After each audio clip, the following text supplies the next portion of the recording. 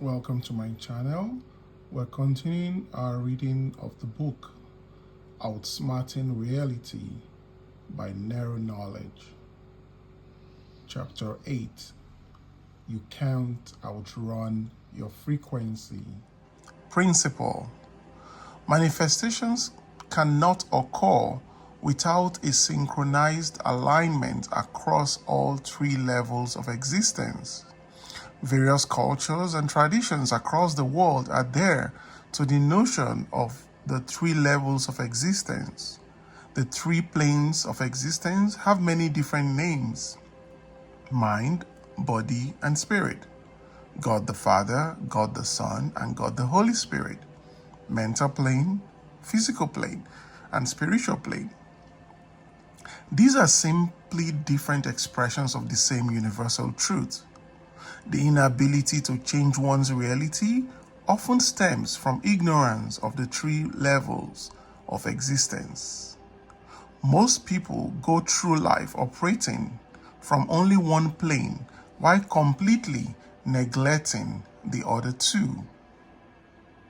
But relying on just one aspect of your being is guaranteed to lead to stagnation and a death sentence for your desired reality. True transformation requires full spectrum alignment, mental, physical, and spiritual planes working as one. Manifestation is impossible without a synchronized alignment across all three levels of existence. This is the multidimensional structure of reality. The plane of existence that most solely use is the physical. This is what you call reality. It's everything you've ever known, everything you can see, touch, taste, smell, and hear. It is the realm of your physical vessel, which is the materialization or the image of God. Despite the physical plane appearing to be real, it is an illusion. This doesn't mean it's fake. It just means there is more to it than meets the eye. Scientifically speaking, humans can only perceive a tiny fraction of the electromagnetic spectrum, the range known as the visible light. This visible light makes up approximately 0.0035% of the full electromagnetic spectrum, meaning 99.995% of the spectrum is invisible to the human eye. There is a vast and active part of the universe that we simply can't perceive with our senses. Reality is like putting on a VR headset and forgetting that you are wearing one. When you put on a VR headset, you become fully immersed in a simulated world. You can look around, interact, and even feel emotions based on what you see, even though none of it is physically real. The headset filters your experience, creating a reality that feels true, even though it's just a projection. Consciousness works the same way. It acts like an internal headset and filters how you see the world. You're not experiencing reality as it is. You are experiencing reality through the lens of your consciousness. What you perceive outside is a reflection of the system running inside. You're not reacting to the world, but how your consciousness is interpreting it, like wearing a VR headset and forgetting that you have it on. For centuries, ancient mystics have known of this illusion, referring to it as the world of Maya. It is the realm of effect. All you experience here, every circumstance of failure, success, poverty, or wealth, is merely the shadow cast by the mind, an effect. Reality is an effect. Smoke from a fire, ripples in a pod, an echo of sound, a reflection from a mirror. Most of the world operates from this one plane of existence simply because it's all their mind can conceive of existing. Being tied to the physical plane, they tie themselves down. To reiterate, the physical plane is the realm of effect. The mistake that you must not make is attempting to change an effect itself. Reality cannot truly be changed from reality.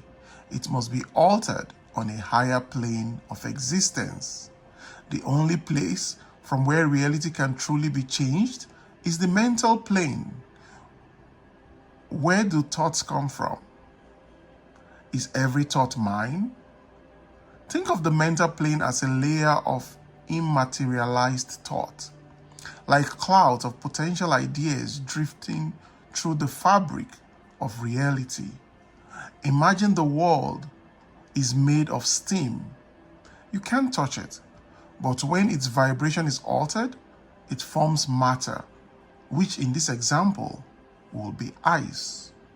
The physical plane is nothing more than the mental plane materialized.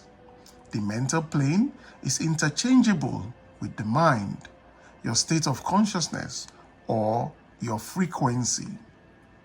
The mental plane is outside of our third dimensional realm, meaning it isn't confined by the illusions of space and time. Time isn't linear as we experience it in our reality. This reveals a truth you may not have heard. You don't create reality. How could you? Everything already exists, and it exists here. Think about it like this. You go to a restaurant, and for the meals, and the meals are already prepared. You simply select which one you want. This notion is instantly liberating because it removes all the pressure that unconsciously comes with the idea that you need to create. No, everything has already been created. You just need to choose, which is something to which your mind is more adjusted. The mental plane exists within the subconscious mind, specifically. Being the realm of cause, it is the fire that produces smoke, the stone that creates ripples, the voice that generates an echo, the light that casts a shadow, and the object that reflects in the mirror. You can only experience physically what first existed mentally. You cannot escape this cause and effect chain reaction. Remember, everything you see in reality was first a thought, a form of imagination, just not yet tangible. This must be extrapolated to every condition, circumstance, and event that you experience in reality. The spiritual plane is where your spirit body exists. Some call it the astral body, hence terms such as astral projection. Delving too deeply into the spiritual plane is beyond the scope of this book, so I will keep it directly relevant to reality creation. Your spirit is the aspect of you that is infinite. This means it is beyond the illusion of the third dimensional realm. It is the droplet from the ocean of God. And the thing about a droplet is that it contains the same qualities and properties as the entire ocean. It is on this plane that your connection to God is determined, not in a religious please your parents sense, but in your ability to unify with the infinite intelligence and harmonize with the energy of God. The spiritual plane is like the oven that bakes your mental creation into the physical plane. The stronger your connection to God, the quicker you'll be able to materialize conditions into reality, and the greater you'll be able to materialize into reality. To reiterate, this isn't in a religious sense. It's about what your state of being is indicating to the universe. All three planes of existence must be harmonized in order for your desired reality to be materialized, which would mean the mental plane is harmonized with your desired reality. The physical plane is harmonized with your desired reality. The spiritual plane is harmonized with your desired reality. Since there are three levels of existence, there seems to be three modes of operation when it comes to progression in reality. The physical planers, these are the people that work as long and as hard as possible, grinding away day and night. The mental planers, these are the people that just think about what they want all day without taking any form of action, hoping everything they want will just magically come to them. The spiritual planers, these are the people that just pray to God about what they want all day without taking any form of action, hoping God will simply give it to them. The hard worker, the hard thinker, and the hard prayer are all dwelling in the same ignorance, but their vanity has them think otherwise.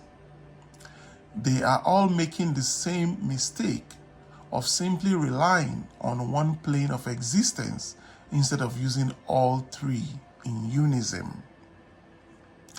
Let's examine the multidimensional mistakes they are all making. First, the physical planers. They are unaware that reality is an effect, which they are attempting to also change with an effect. They rely solely on physical action, neglecting the higher planes of existence and never realizing that action is the lowest level of consciousness, so their results are low level. This is where most of the world reside, without ever realizing that you cannot change an effect itself. You must change the cause. You cannot outrun your frequency. You cannot out-hustle your frequency. You cannot walk your way out of your frequency. 2. The mental planers. They are unaware that action is the external manifestation of the internal energy reflecting your mental creation, which solidifies it and turns it into matter. They are unaware that action is needed to bring a frequency or consciousness into reality. By seeking to escape hard work, which isn't a necessity unless you deem it so, they escape work altogether. By avoiding the physical, you attempt to go against the structure of reality, which is to go against the structure of yourself, which can only lead to disharmony. 3. The spiritual planers. They are unaware that even though they may be connected to God, what they are baking in the oven of God is everything except their desired reality. Until they become conscious of what they are putting into the oven, they will keep baking the same reality that they are praying to be rid of. They are all variations of the same mistake. Practical. You must adhere to a specific order to create your desired reality in alignment with the structure of the universe. The order of alignment goes as follows: 1. Mental plane. 2. Spiritual plane. 3. Physical plane. The mental and spiritual plane are interchangeable, but the physical is non-negotiable. It must always come last. It is the lowest level of existence. Lowest not meaning lesser value, just that it is not a causal realm. 1. The mental plane. Whatever your desired reality, hold it in mind as if it already exists. Since the mental plane is the realm of cause, if your desire is to be materialized in reality, then you must be operating as if it is already so. Shift from desiring to already having. The only way to arrive at the end is to begin at the end. The mirror will not smile before you do. 2. The spiritual plane. Until you recognize the power within, you will have no power without. By recognizing and internalizing that you are a materialization of God and that God dwells within you, you activate the power of the infinite within you. There is no greater power in the universe than God. But if you fail to recognize God within you, then you will be powerless before any condition, circumstance, event, or person that poses as adversity. Once you grasp the infinite nature of your true identity, you realize how arrogant it is to think that God could ever fail. To doubt yourself is to doubt God, which is true blasphemy. The only way to strengthen yourself on the spiritual plane and to connect to God is to spend more time within than you do without. The vehicle of choice doesn't matter because the destination is the same. The more time you spend within, the more power you grow within. The more you cultivate internal power, the less power the external will have over you. 3. The physical plane. Only after arranging yourself correctly on the higher planes of existence can you begin to dominate the lower plane of existence, which is reality. Action is unavoidable, but to avoid wasted action, the physical plane must come last. The higher planes of existence metaphysically position you in the correct direction to begin walking towards your desired reality through action. After vibrationally aligning yourself to your desired reality, you will begin to receive the blueprints on how to physically get there. Chapter 9. Redefining manifestation. Principle. If you desire to change your reality, then you have lost the race before it's even begun. Manifestation isn't what you think it is. It's likely that you entered this realm of knowledge seeking to change your reality. But the paradox is that true manifestation has nothing to do with changing reality. The desire to change reality is actually what keeps so many from ever changing their reality. True manifestation is solely focused on you and neglecting reality. Nothing will ever change until you do first, and that is a non-negotiable universal truth. You must change before anything does. Quote, "Indeed, Allah will not change the condition of a people until they change what is in themselves. Quran 13:11. The moment you change, the frequency or state of consciousness that the universe picks up from you begins to change, and as a result, what is reflected changes. Think about it in terms of supply and demand. Every supply is only a product of demand, meaning that the reality you are being supplied with is what you are subconsciously demanding through your frequency or state of consciousness, whether you like it or not. If you want to be supplied with something different, then you must demand something different. And the unfortunate thing is that we are unaware of what and how we demand.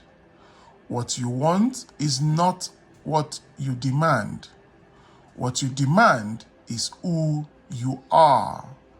The only thing that the universe will ever recognize as demand is your current frequency or state of consciousness. You will never change the supply until you change the demand. To reiterate, initial idea presented at the start of this chapter, nothing in your reality will ever change until you change your frequency or state of consciousness. Your frequency or state of consciousness totals 7 keys. A typical mistake that many make while attempting to alter their reality is to simply alter 1 or 2 keys while neglecting the others. Eventually, the neglected keys unconsciously contradict their change, ultimately contradicting their reality to change. In the same way that all successful manifestation requires alignment across all 3 planes of existence, a successful change in frequency requires alignment across all 7 keys. The 7 keys to frequency are: 1. Beliefs. 2. Conviction. 3. Perception. 4. Emotionally charged thoughts. 5. Focus. 6. Reactions. And 7. Expectations. Your current reality is nothing more than the reflection of what you've been demanding, or in other words, your current beliefs, conviction, attitude, emotionally charged thoughts, focus, reaction, and expectation. You have the beliefs equivalent of your current reality, and until you change them, you will remain there. You have the conviction equivalent of your current reality, and until you change it, you will remain there. You have the perception equivalent of your current reality, and until you change it, you will remain there. You have the emotionally charged thoughts equivalent of your current reality, and until you change them, you will remain there. You have the focus equivalent of your current reality, and until you change it, you will remain there. You have the reactions equivalent of your current reality, and until you change them, you will remain there. You have the expectations equivalent of your current reality, and until you change them, you will remain there. When the 7 keys are altered, your frequency is altered. Only then will reality be altered. This can work for you or against you. When the 7 keys are aligned, reality is aligned. When the 7 keys are misaligned, reality is misaligned. Whether in alignment or not, the universe will always seek to materialize the frequency emitted into reality. The materialization of frequency or consciousness into reality is what we call manifestation. Consciousness and matter are the same energy, only different in rate of vibration. Much like steam and ice are the same energy, only different in rate of vibration. Every frequency maintained must and will become a reality, and every reality maintained is nothing more than maintained frequency. Before we can get to the true essence of manifestation, let's debunk some common myths surrounding it. 1. You don't need to work to manifest. A lot of, quote, spiritual people don't realize that they are not seeking anything other than a form of escapism that directly goes against the structure of the universe. You can't escape physical work any more than you can escape the physical plane. The notion that you manifest without some sort of physical effort is simply an appeal to an aspect of you that is either exhausted or lazy. All successful manifestation requires synchronistic alignment across all three planes of existence, not just one or two. While work is mandatory, hard work is optional, but will be made real by your beliefs in its validity alone. 2. Thoughts create reality. Not all thoughts are equal in their effect over reality. The only thoughts that have the potential to materialize a reality are those which are emotionally charged. The true language of the subconscious mind is emotion, which also means emotion is the language of God. Emotion, being the language of God, means that this is primarily what the universe recognizes, and emotion is simply energy in motion, which alters the vibration of a thought, making it more powerful and its manifestation more likely. If there is no emotion behind it, it won't manifest. If there is, it always will. Emotion is a huge contributor to your frequency and as a result, your reality. Emotion doesn't necessarily mean a sense of euphoria or excitement, but it is always relative to you as a person. There isn't a one-size-fits-all. To simplify your understanding, you can think about manifestation like this. The universe is a sort of warehouse that only delivers the reality that you order. To reiterate, you can only receive what you are asking for. Remember, supply and demand. The issue is, we spend most of our lives consciously asking for one thing, but subconsciously and with our energy asking for another. Before an order is shipped out, it is identified via a unique product code that the warehouse will match up before distributing.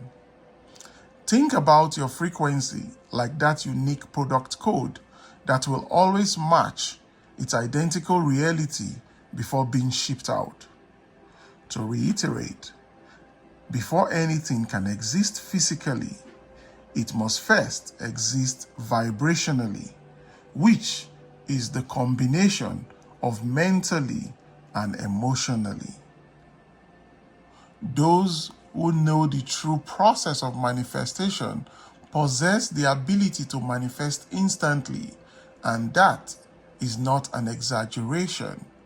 Before you learn the true process of manifestation, I would like to make something clear.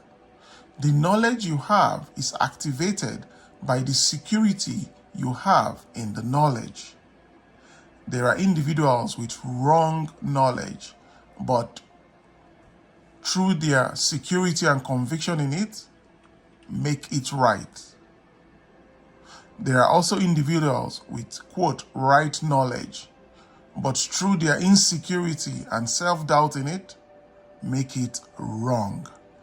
More important than what you do is the conviction that what you are doing is right. To act on knowledge while in a state of insecurity and self-doubt will render the potential of the knowledge useless. Decide that you have everything you need and that you know more than enough to maximize the potential of that knowledge. The true process of manifestation. Manifestation is internally shifting to a degree to which you are no longer emotionally dependent on seeing reality change when you are good with it and good without it. To repeat, manifestation is internally shifting to a degree to which you are no longer emotionally dependent on seeing reality change when you are good with it and good without it. Diving deeper into this definition can alter everything. There are two layers to this definition.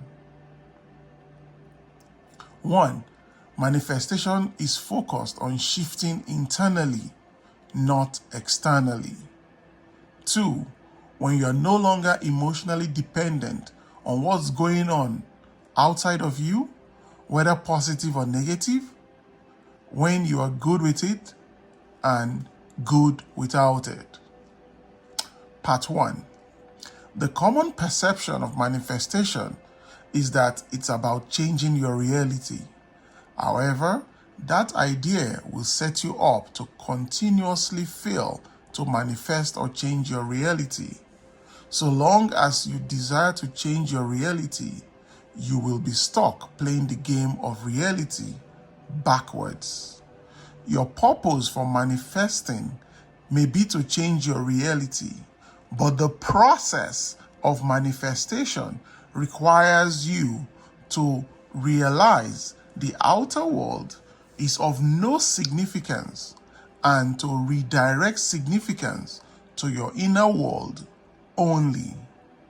To be concerned with the outer world is to be concerned with the effect instead of the cause, a trap that many fall into that puts them in a perpetual cycle of never altering the effect.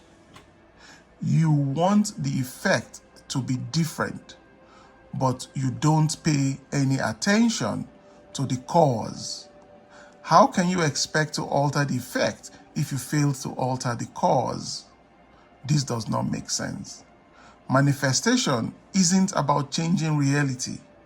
It's only about changing you. But so long as you are caught up in changing reality, you are caught up in trying to change an effect by changing an effect, which does not make sense. With all your focus on the external, you indirectly neglect the internal. As a result, you fail to realize that you haven't changed. So how could reality possibly change? Ironically, the more you seek evidence of reality changing, the more you affirm that you haven't changed. Because if you had, there would be no need to look for proof. The change would already be your experience, which is internal. To be satisfied with yourself, but unsatisfied with your reality is paradoxical. It's ignorance of the fact that the two are interconnected, which for most is the source of their unwanted reality. To desire change without change is against the nature of the universe. You can only go somewhere you've never been when you become someone you've never been. The process of internally shifting is simply the act of exchanging your current state of consciousness for the state of consciousness that matches with your desired reality. Completely different beliefs, a different level of conviction, a different perception, different emotionally charged thoughts, different focus, different reactions, and different expectations. Part 2. If you manifested your desired reality right now, how would you feel? Happy? Excited? Amazing? Euphoric? Free? Relaxed? Secure? Accomplished? If so, that's the exact reason your desired reality will never manifest. Conversely, if you never manifest your desired reality, how would you feel? Disappointed? Crushed? Sad? Annoyed? Frustrated? Irritated? Angry? Empty? If so, that's the exact reason your desired reality will never manifest.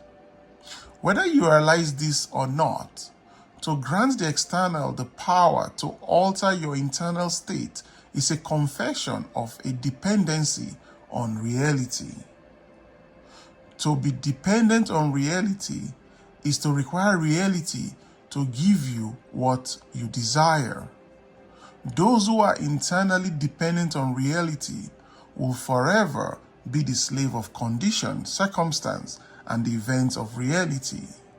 To be independent of reality requires you to give yourself what you desire. Those who are internally independent of reality will never be the slave of condition, circumstance, or events of reality. The quickest way to determine if you are internally dependent on reality is to ask yourself whether you are postponing the feeling of your desired reality until it manifests. If that's the case, it means you are waiting for reality to change before allowing yourself to feel those feelings. But in doing so, you reinforce that your reality hasn't changed, so it doesn't. Ironically, the feeling you envisage as your desired destination are actually the starting point. They generate the frequency that signals to the universe that your desired reality is already yours. By feeling those emotions now, rather than later, you shift your state of consciousness to the present, setting in motion the external changes that reflect your new reality. The postponement of the emotions you feel in your desired reality is the source of your internal dependency on seeing your desired reality, which indirectly shows your ignorance of how reality is materialized. On a deeper level, it is an indication of importance.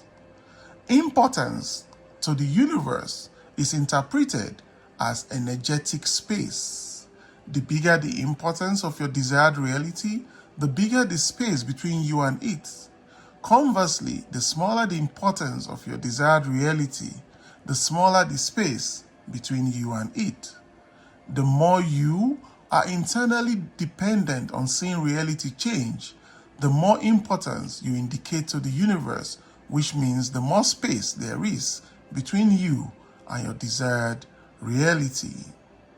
If you need your desired reality to materialize before you allow yourself to feel the way you would in that reality, you will never generate the frequency required to bring it into existence.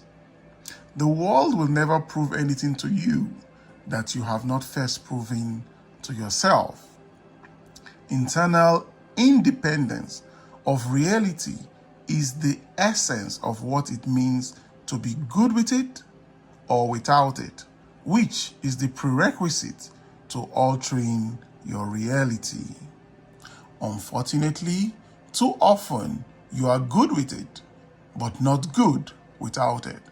At first, this notion can seem frustrating. How can I be good without it when I need it? The truth is, this notion is liberating. The moment you are no longer dependent on reality, you are freed from it, which also frees up your desired reality to come to you effortlessly. Your desired reality is merely an aspect of you that already exists within, but it remains imprisoned by your internal dependency on what you believe it will give you.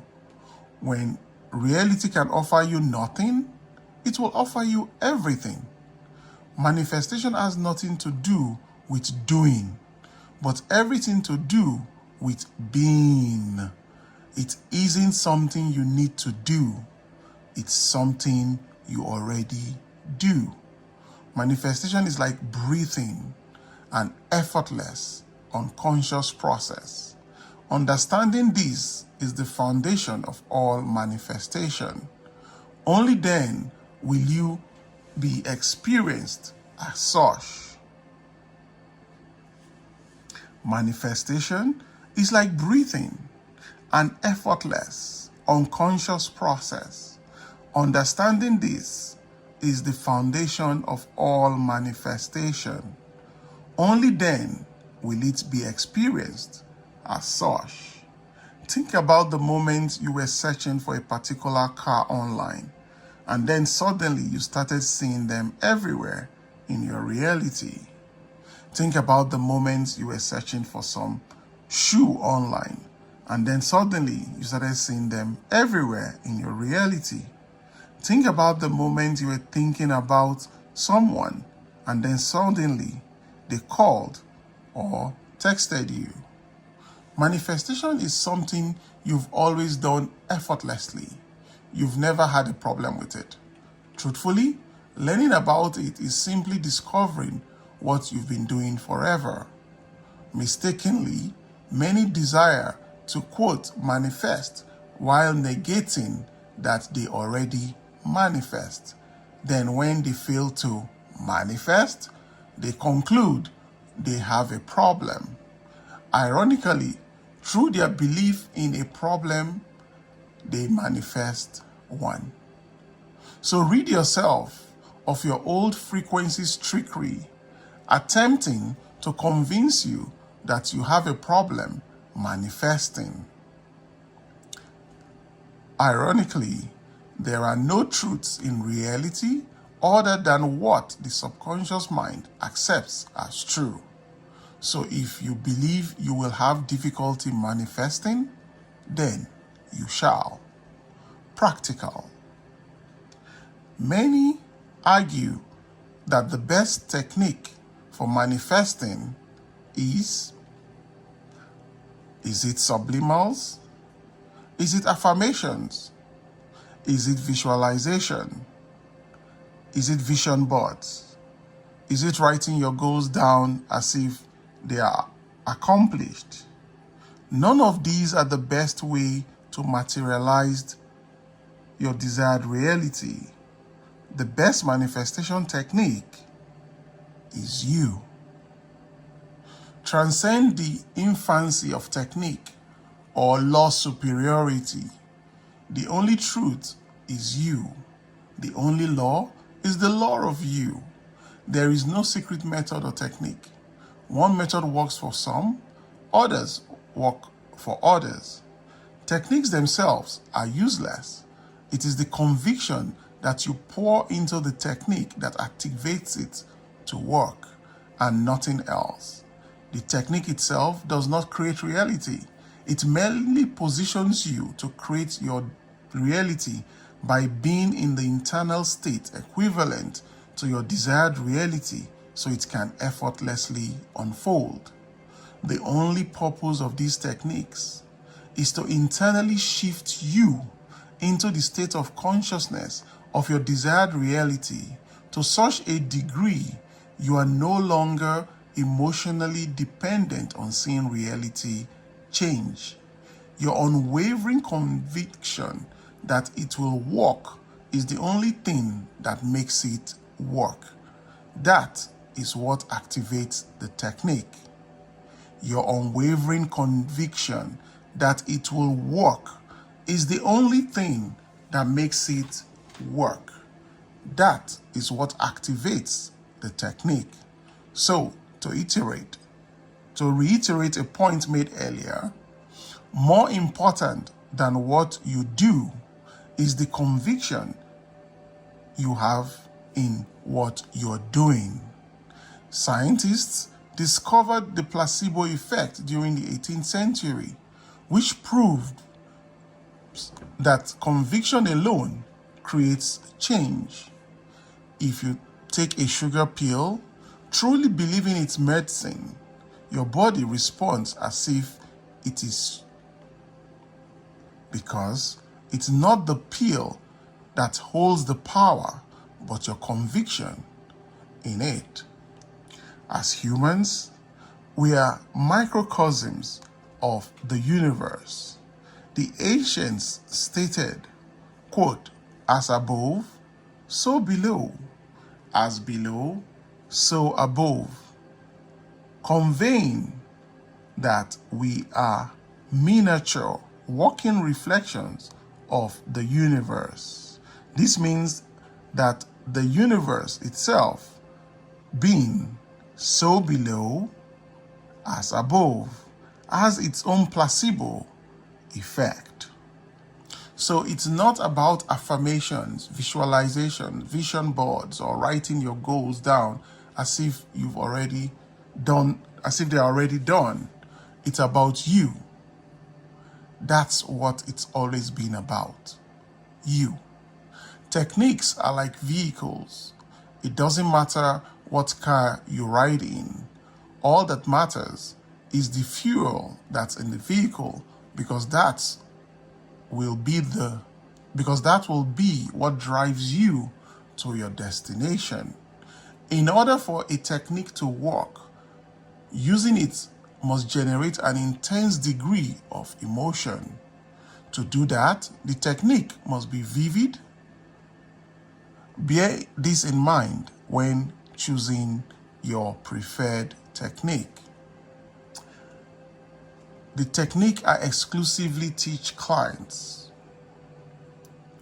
This technique can be used for a number of purposes: to alter an upcoming event, such as a job interview, a date, a meeting, or simply an uncomfortable conversation.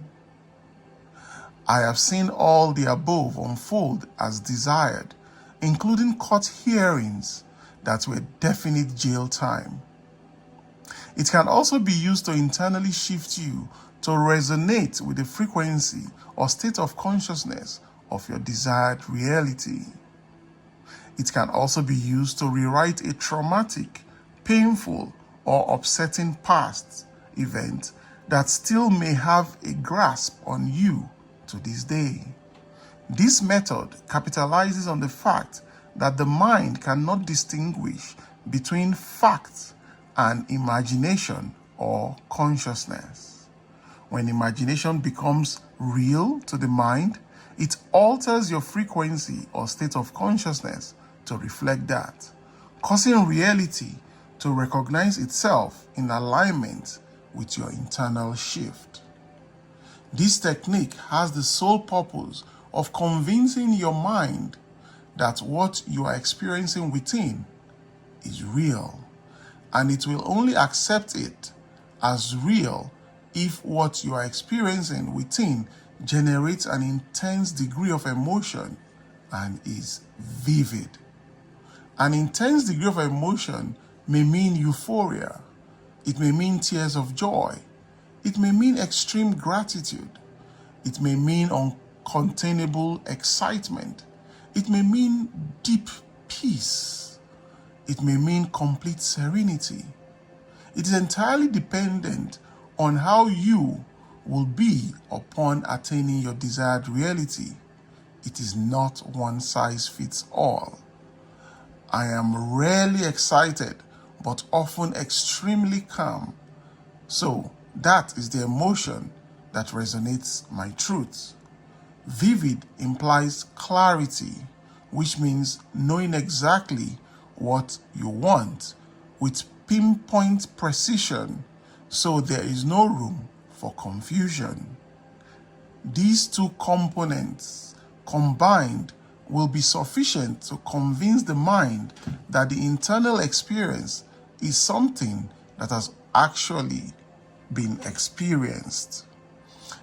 It will then begin resonating with the frequency aligned to what you desire, setting in motion the materialization of that frequency into reality.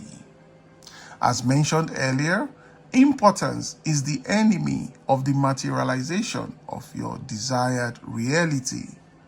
The beauty of intensely and vividly experiencing your desired reality within through this technique is that the more you do it, the more your mind accepts that this has already happened, which decreases the external desire and importance placed upon it. The only way to reduce the importance placed upon your desired reality is experiencing it internally, because then and only then shall it no longer be desired externally, which aligns you with it. Your desired reality is only important because you don't have it, and if you did, it wouldn't be important. Too many see their desired reality as a pair of shoes in the shop window instead of the pair of shoes they already own and have been wearing for months. The importance you give to a desired reality is an indication of internally lacking the frequency equivalent of that desired reality. You only want it because you don't have it. Using this technique correctly positions you to take your desired reality for granted. At first, this notion may seem confusing, but that is only until we look to human nature for understanding. As humans, unfortunately, it is within our nature to take for granted that which we have. By taking your desired reality for granted, you indirectly indicate to the universe that you already have it. Think about how everything you currently take for granted comes to you effortlessly. This does not contradict the notion that any technique you use must generate an intense degree of emotion. The purpose of this is to generate a frequency aligned to your desired reality.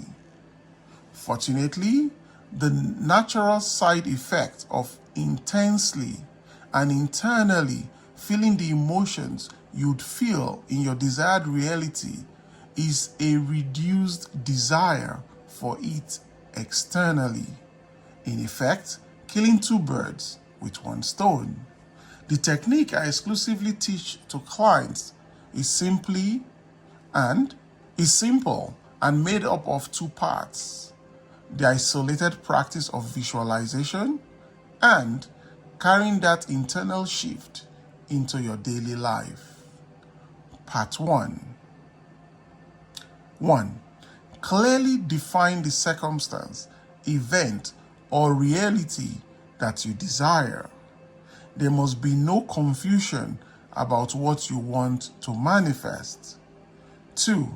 Sit or lie down until you reach a state of deep relaxation and stillness. Whether this takes 5, 10, 20, or even 40 minutes doesn't matter. Being relaxed is mandatory. Clarification. You will know you are relaxed enough when your body feels loose, heavy, or weightless, and your mind becomes quieter. If you still feel restless, take more time. 3. Imagine a scene that includes someone who cares for you, a friend, partner, or family member who recognizes your desire by commenting on it in a natural and personal way. Clarification. If you don't have someone who would naturally comment on your success, use a person you admire, a role model, or even a past version of yourself reflecting on the achievement. If your desired reality isn't something others will comment on, e.g., or for example, an internal growth, imagine a scene where they acknowledge your transformation through a change in your energy, demeanor, or action. 4. Include physical touch in the scene. A high five, a fist bump, a hug, or anything that feels natural with them and intimate. 5. Keep the scene short, focusing only on their comments on your desired reality materializing, and replay it again and again on a continuous loop. Clarification. The scene is kept short to prevent overcomplication.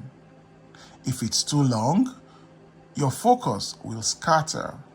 Keep it concise and impactful. To make the loop feel natural, imagine it's like a movie clip, replaying, fading out, then seamlessly restarting. 6. If imagined vividly, you will naturally begin to feel the emotions you'll experience upon your desired reality materializing. Feel these deeply.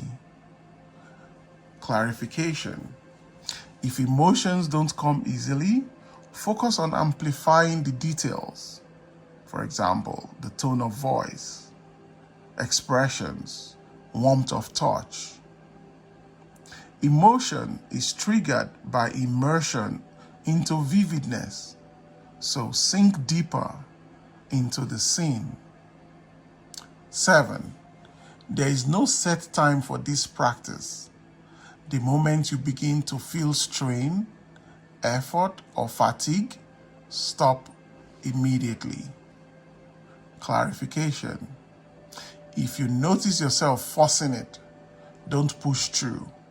Ease out of it naturally and return to it another time. Part 2. Pick a single, simple sentence that you would naturally say to yourself upon your desire manifesting.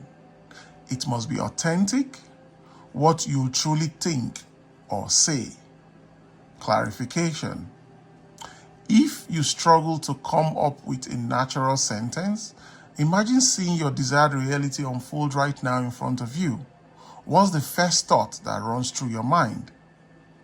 That's your sentence. 2. What is the feeling you'd experience naturally and exclusively upon your desired reality materializing? Clearly define it. Repeat the sentence in your head continuously throughout the day, feeling what you would feel if it were already your reality. Clarification. You don't need to say it out loud. Just think it like an internal affirmation. So you're combining 1, which is the sentence, with 2, the feeling that will be natural to you on your desire manifesting, and then repeat that in your head continuously.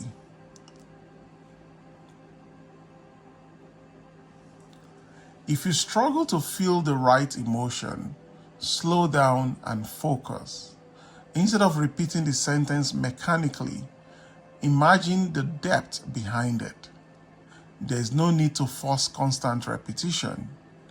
If you forget to do it at times, that doesn't ruin the process. Just return to it whenever you remember. This isn't about repeating the sentence mindlessly all day, but about anchoring yourself in the feeling whenever possible. If your mood fluctuates throughout the day, don't panic.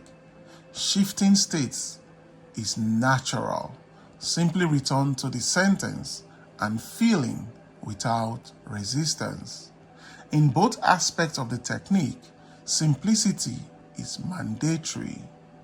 Techniques can be used every day, but not for the sake of creation, as they do not create. They must only be used to internally experience the state of consciousness you desire. Do not make a show out of it, as this perception will eventually lead to feeling obliged, bordering on resentment, which will emit a frequency that will negatively alter the frequency of your desired reality.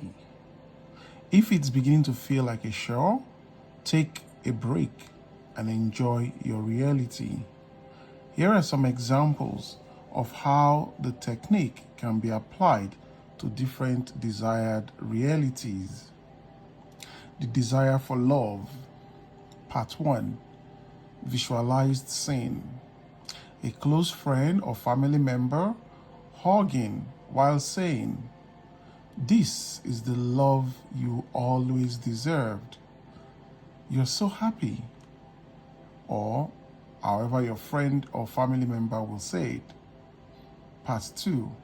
Mental affirmation. "I'm finally in the relationship I've always wanted to be in." Desire for a specific job. Part 1. Visualized scene. A close friend or family member hugging you while saying, "Congratulations, I knew you were gonna get the job." Or however your friend or family member will say it. Part 2. Mental affirmation. "I'm so grateful I got this job." The desire for a specific income. Part 1. Visualized scene. A close friend or family member hugging you while saying, "I can't believe you're making that much. That's insane." Or however your friend or family member will say it. Part 2. Mental affirmation. "Now I have more money than I can spend." Desire for a specific physique. Part 1. Visualize scene.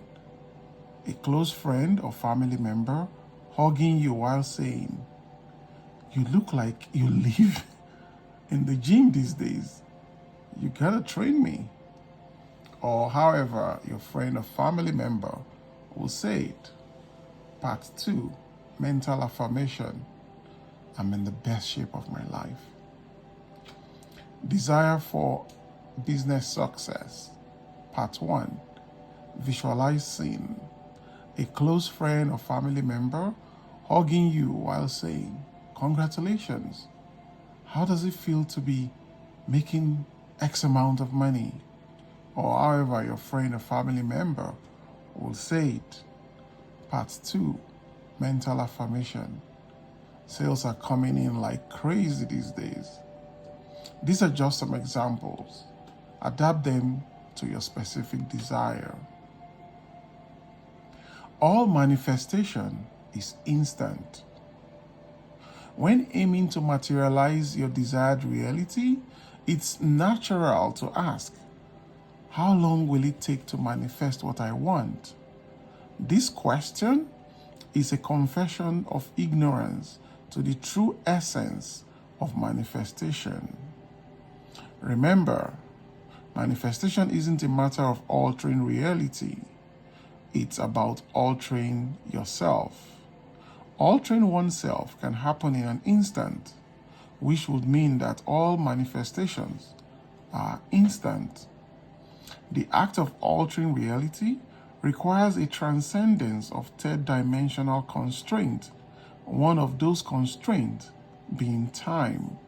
You need to transcend time by immersing yourself within the state of consciousness of your desired reality.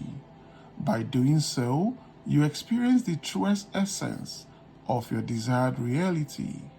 Those who think manifestation is about altering reality will always wait for reality to be altered, which indirectly indicates to the universe they are lacking what they desire. Imagine your desired reality as a jacket. From the moment you step into its frequency or state of consciousness, you put on the jacket and you remain in that state until you unconsciously choose to take it off, which is when you shift out of that frequency or state of consciousness. Once you have truly entered the state of consciousness or frequency of your desired reality, you will not need to see reality change. So, how long or when will not even be relevant. If it is, that is an indication that you must internally, intensely, and vividly experience your desired reality more. There are no big or small manifestations. Nothing in the universe is bigger than God, but paradoxically, whatever God deems bigger will be.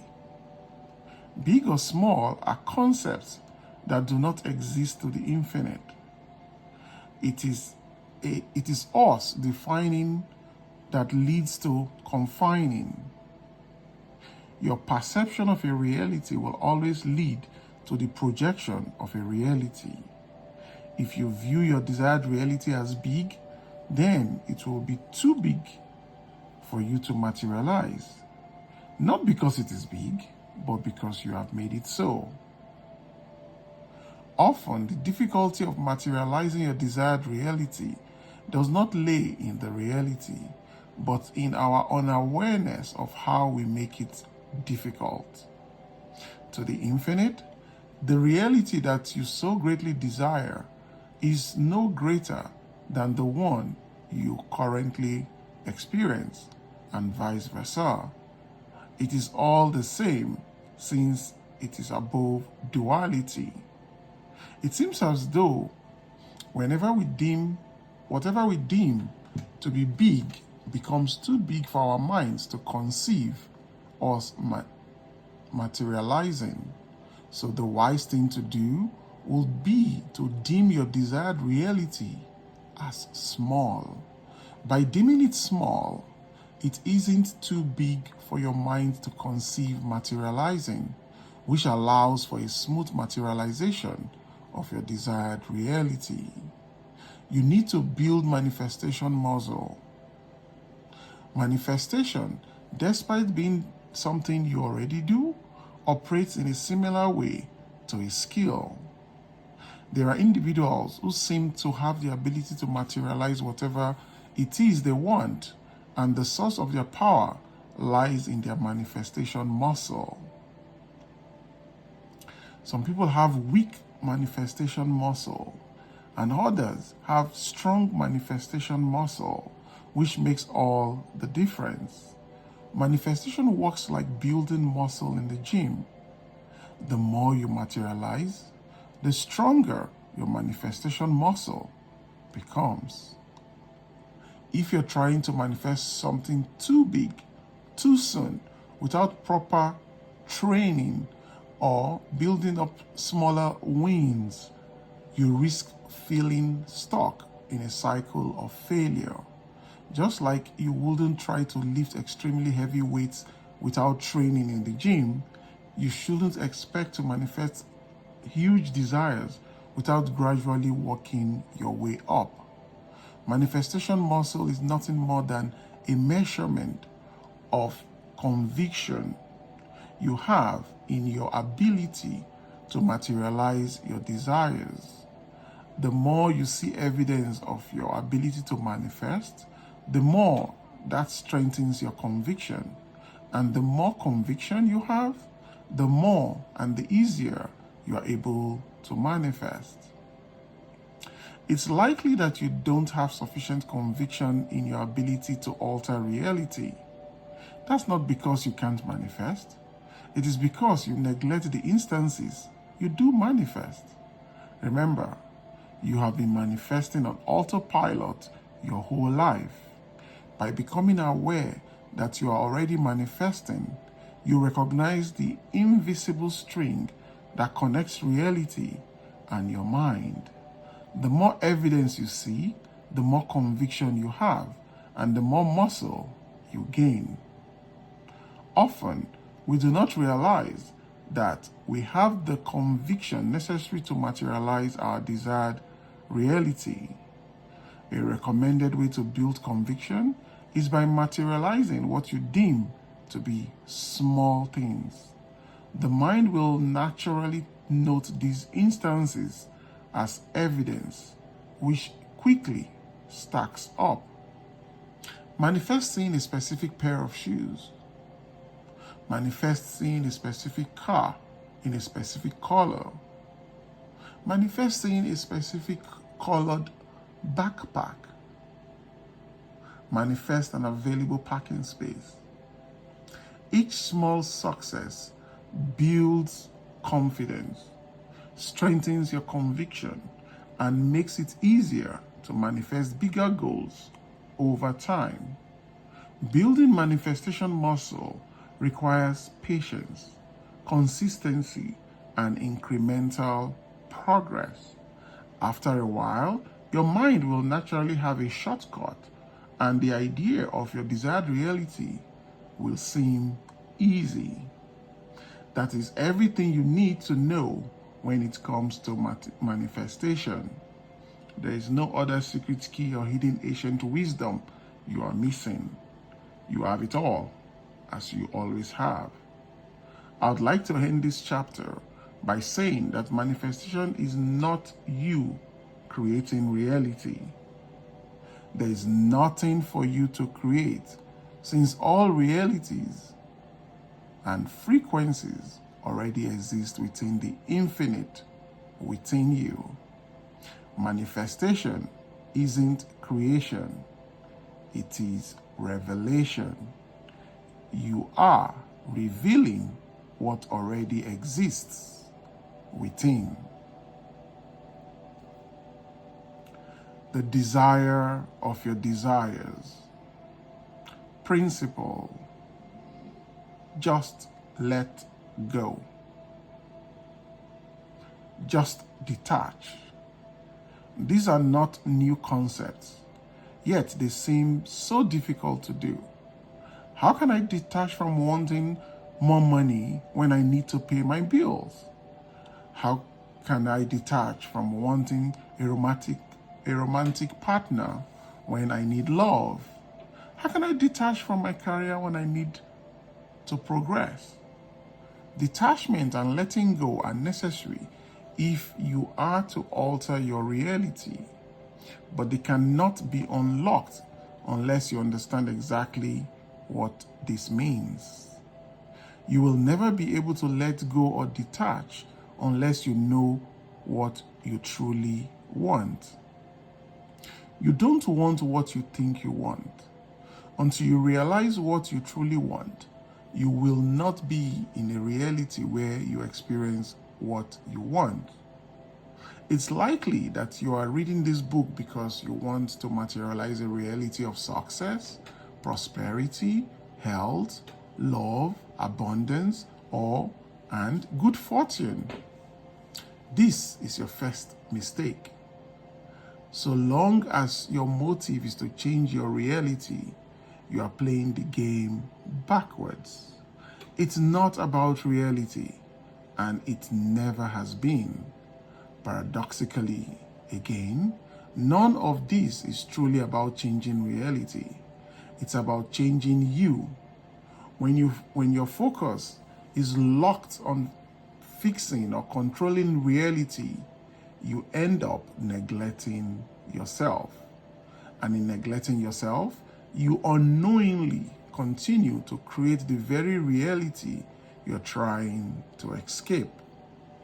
Everybody wants to change their reality, one way or another, whether they want a romantic partner, better looks, material abundance, a specific career, more money, a specific house, a specific car, a specific holiday, better health, or a life of freedom. We want things, and that's the issue. Most people spend their lives wanting things, without things wanting them. The people who have the things you desire, whether consciously or unconsciously, know how to make those things want them.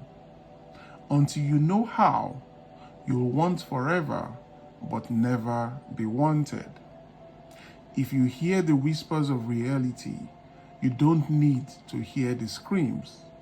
The workings of the universe have never been hidden from you.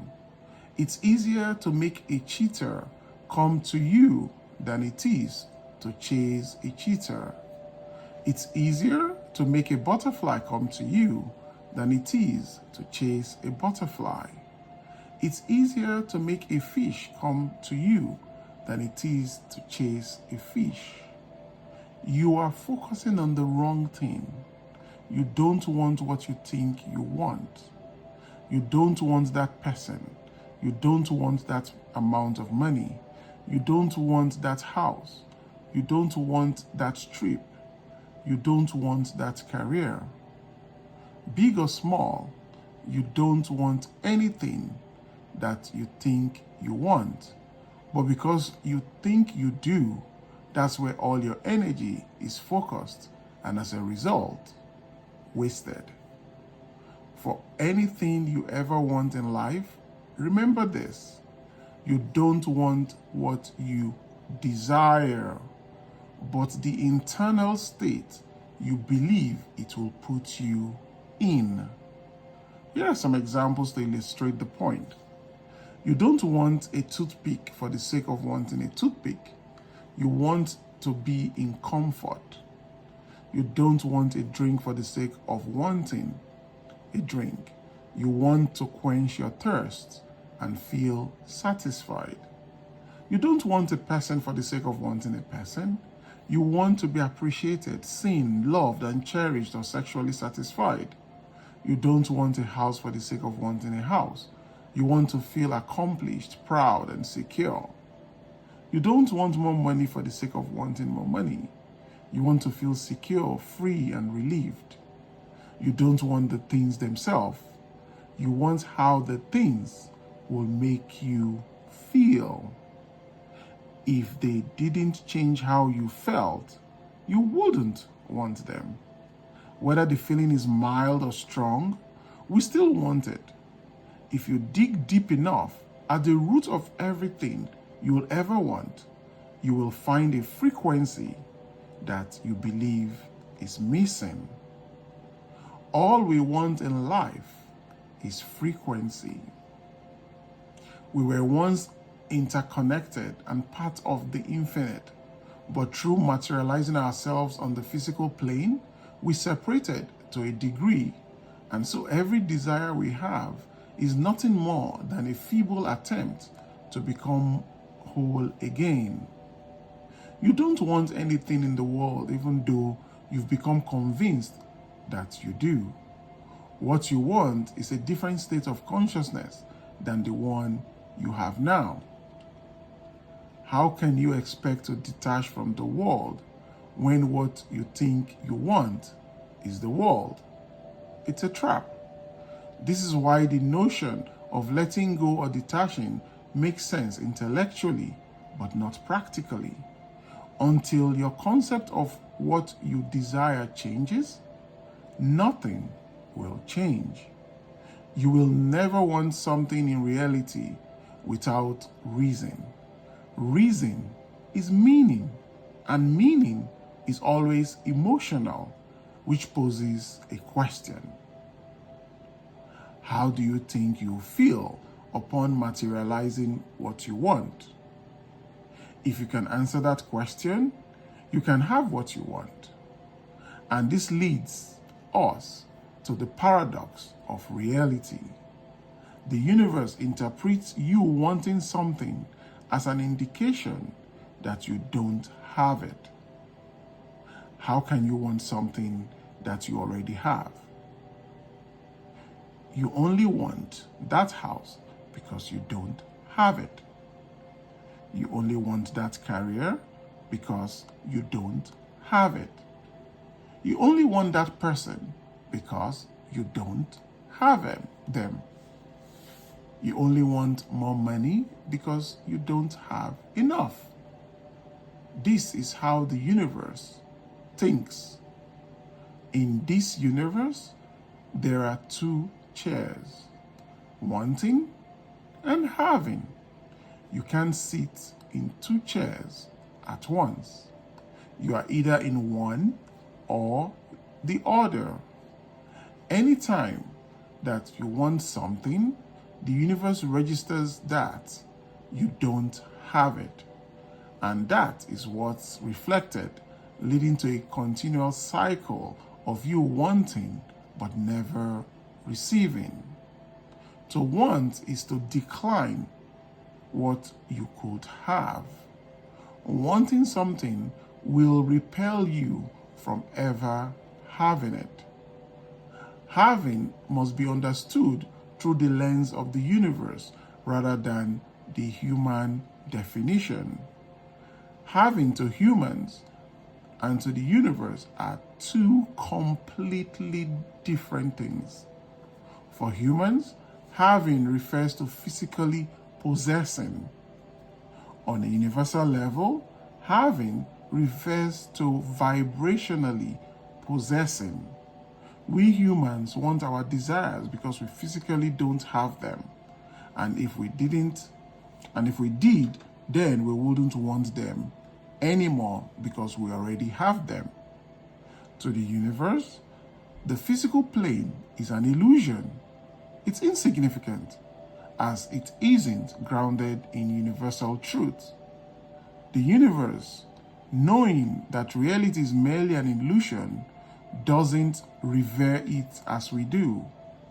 What it truly honors and responds to is vibration, because vibration is the cause, the source, and the truth behind the illusion. Only what is vibrationally possessed is real to the universe, because that vibration will eventually compound into frequency, which must become reality. Vibrational possession refers to your current mental and emotional state, which aligns with a frequency that aligns with a reality. If you want all your desires to be met on a human level, you must have them on a universal level. To revisit the point made at the beginning of this chapter, it's about shifting away from reality and towards your internal state. It's never been about reality. To vibrationally possess what you want, you must have it. And you have it the moment you occupy the mental attitude, frequency, or state of consciousness, or internal state of it. It's not about changing reality. It's about you giving you what you think you've been missing, that you've had within you and will always have to the end of time. You think getting what you want will make you feel a certain way, without realizing that feeling that certain way will get you what you want because you have it. Use the technique already given. Ironically, the more you immerse yourself in feeling how you'd feel upon attaining your desired reality, the less you'll need it externally. And that's how you detach or let go. That's the light bulb moment that some will never experience. They will chase the career, the looks, the partners, and the money without realizing they are running in the wrong direction. The more they run, the further and further away they stray from what's truly real, which is within. Detachment can only take place when you detach from what doesn't truly exist. Letting go can only take place when you let go from what doesn't truly exist. How to know exactly what action to take. Principle. You may still be asking, what action do I need to take to manifest my desired reality? How do I act? When do I act? The blueprint of your desired reality exists within you. Imagine if you had instruction from the version of you in your desired reality on exactly what to do to get there in the most efficient and effortless way. From the perspective of infinite parallel universes, the version of you living in your desired reality isn't just a wish or goal. It's a reality that already exists. Another way of conceptualizing it is to understand that the essence of everything is within you, which means all frequencies and all realities are also within you. Whether through the lens of quantum physics or spirituality, everything that you will ever need and ever want is already within you, simply waiting to be accessed. The guidance and instructions are ready and waiting, but first, you need to know the multidimensional sequence. That's when you'll know exactly what to do. The mistake that most make is acting on a frequency contradictory to their desired reality. The wrong frequency, even with the right action, will always lead to the wrong reality. The wrong state of consciousness, even with the right action, will always lead to the wrong reality. In a battle between actions and frequency, frequency wins every time. You cannot and will not out-hustle your frequency. The masses live in frequencies that are contradictory to their desired reality. They spend their life senselessly taking action to get into their desired realities without ever realizing that action doesn't create reality, only frequency does. They are like flies trying to get outside through a closed window. They desperately want to escape, so they continually bash into the window with all their might, burning themselves out and eventually dying on the windowsill. Taking action to become wealthy while being in the frequency of poverty will only lead to a reality of poverty. No action from poverty will ever bring wealth. Taking action to become fit while in the frequency of being unfit will only lead to the reality of unfitness. No action from unfitness will ever bring fitness. Taking action to become free while being in the frequency of survival will only lead to a reality of survival. No action from survival mode will ever bring freedom. Action alone isn't enough, but it is a necessity. Since you exist in a physical world, it cannot be avoided. But that doesn't mean the action you take must be hard. You act through your ego, also known as your physical vessel, that relies on its 5 senses to navigate and make sense of the world. The ego isolates itself from the infinite intelligence and as a result suffers from a limited awareness of the entirety of reality, seeing everything from the lowest level of consciousness. Seeing everything from the lowest level limits results to be of the lowest level, And this is where most of humanity will reside for the rest of their lives if they don't become aware. To the ego, action leads to results. Think about it. Whenever you want something, you take action to get it. Whenever you want to go somewhere, you take action to get there. Whenever you want to eat something, you take action to eat it. Whenever you want to drink something, you take action to drink it. But remember, the ego operates from a limited awareness of reality, so it doesn't know what is really going on. When the ego experiences something it doesn't like, it fixates on the process of taking action to change the result. The illusion presented here by the ego is a trap that you can change an effect by changing the effect itself. Actions and the subsequent results or changes exist within the physical plane, which is the realm of effect. All actions, results, or changes are nothing more than effects themselves and not causes, which means they have already been long set in motion before they are experienced. This is why action alone will never alter reality, maybe momentarily, but never completely. The only way to change an effect is to change the cause. The multidimensional sequence from which action originates is as follows: consciousness or frequency, then intuition, then mental nudges, then action, and then reality.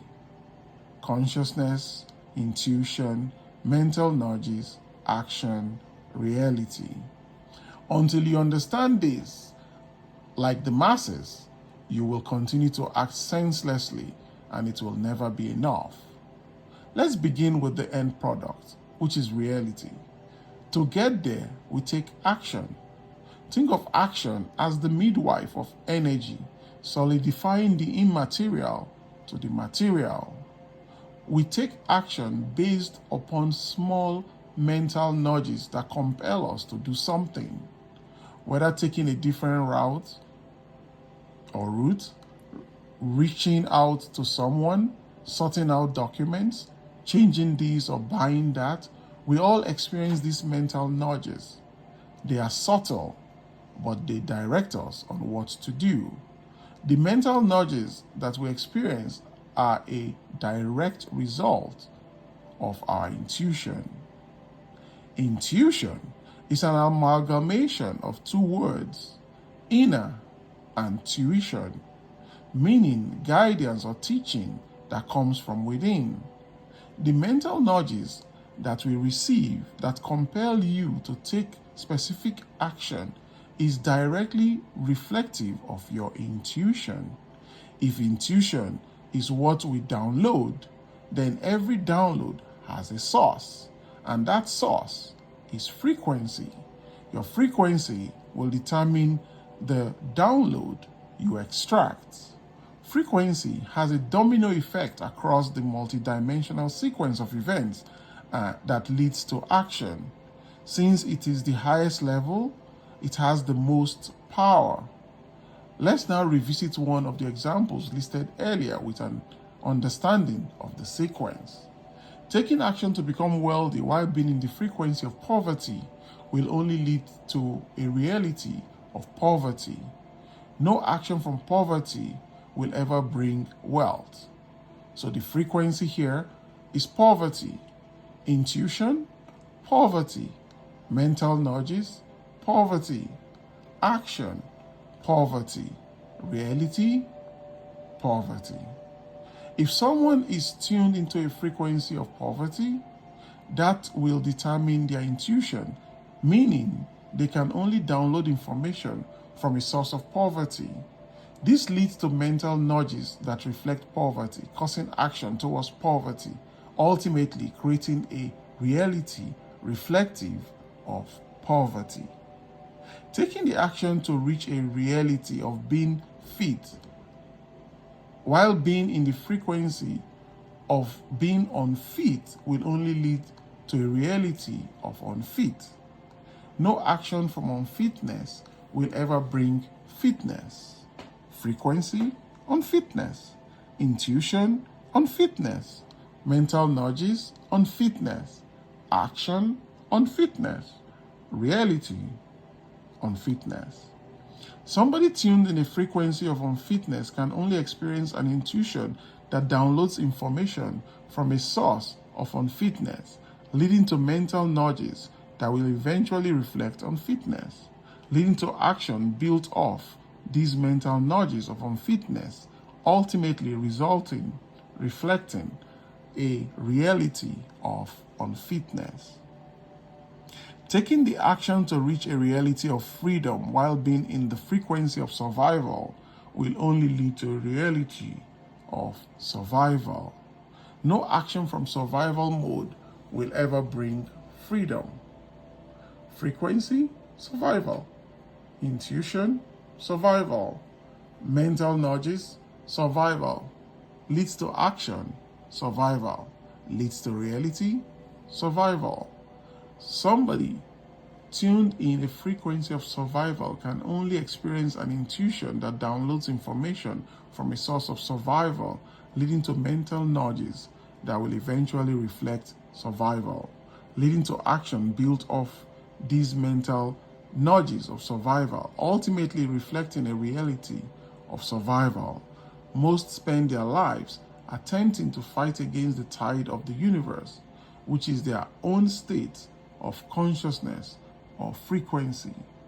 The multidimensional sequence from which action originates cannot be violated. Every and any attempt to do so will only result in frustration and failure. You must comply with how the universe works in order for things to work for you.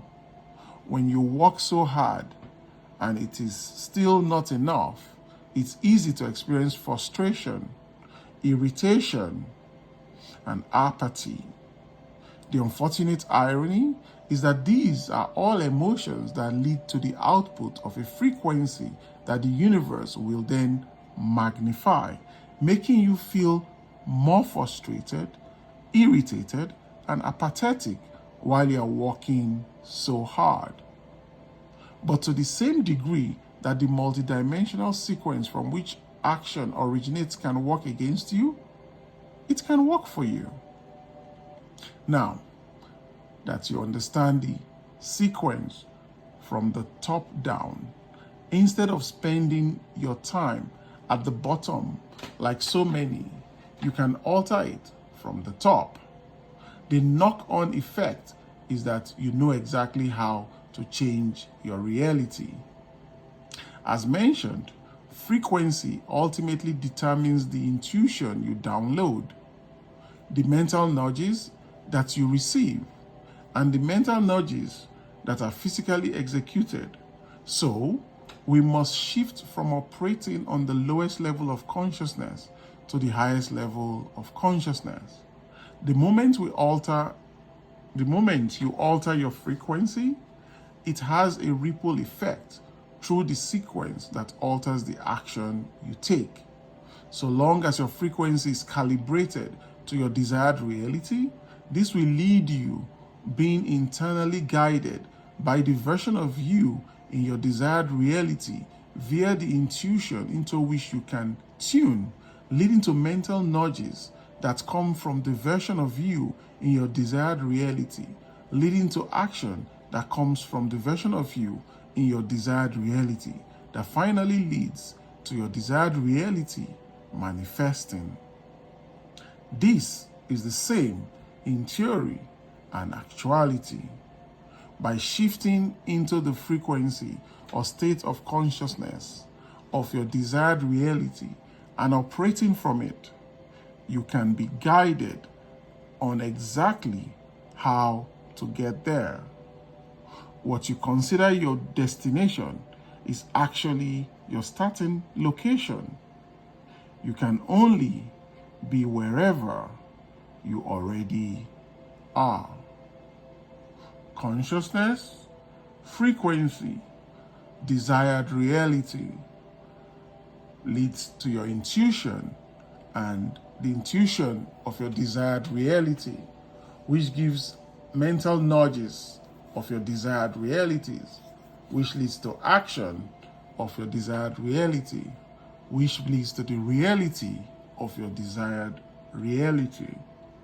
Something important to note: being in the frequency of your desired reality is only as valuable as your ability to tune into your intuition and then execute upon your mental nudges.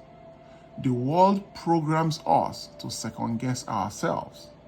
In school, teachers checking our work can lead to the idea that what we do is inadequate and requires external validation, leading to an unconscious degree of self-distrust. A pattern of external verification and validation is set in motion, so we hesitate to trust ourselves, spending our whole lives wanting to be guided or validated. If you don't trust yourself, then how can you guide yourself? Do you trust yourself? Only you can answer this. Remember, you can lie to everyone except the universe. The degree to which you must trust yourself, the degree to which you trust yourself determines your ability to capitalize on the frequency you are seeking to bring from the immaterial to the material. If you don't trust yourself, you won't trust your intuition, which means you won't trust the mental nudges that you download, making everything pointless. Many claim to trust God, but do not even trust themselves. How can anyone trust God if they do not trust themselves? You can be in the right frequency, that which reflects your desired reality, but without self-trust, you won't be able to materialize it. If you don't trust yourself, then how can the universe trust you? Self-trust is crucial. The more self-trust you have, the more and the quicker you'll be able to transform frequency into reality. Practical. These downloads are like schools of fish. Abundant? Yes, but they can easily slip away, and you don't know when the next one will come along. If you allow a mental nudge from your desired reality to slip away, you risk falling out of the frequency of your desired reality through life's ups and downs. If that happens, the wrong fish will start swimming by. You risk potentially executing upon nudges not aligned to the frequency of your desired reality.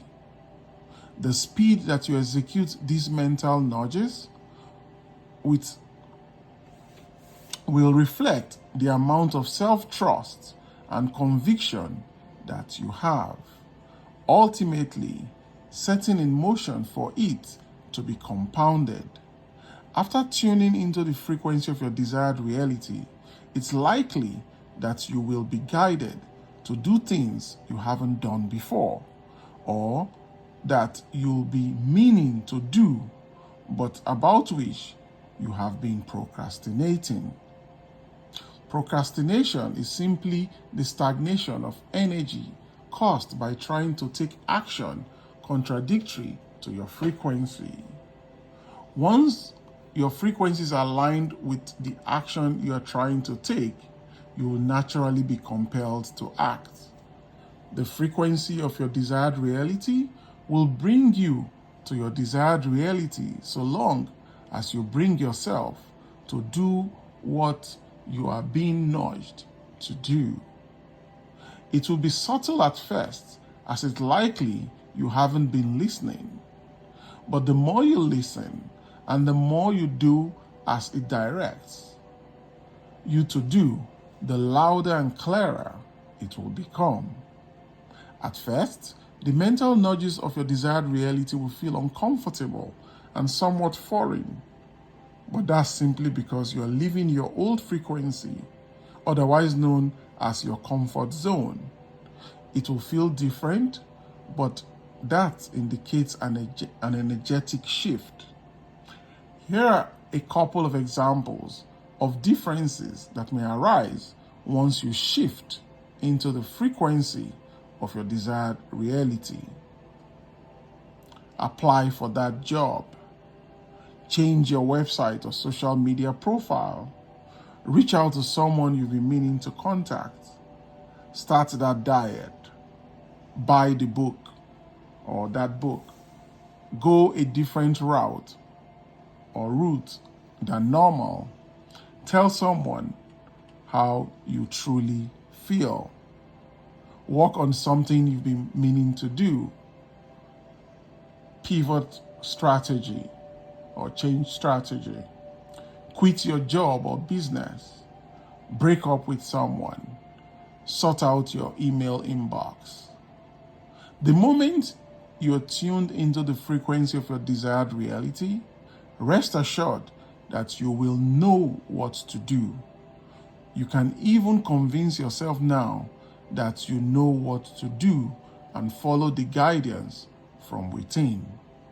Prepare to be guided to act differently and quickly, to metaphysically position yourself to walk effortlessly into your desired reality.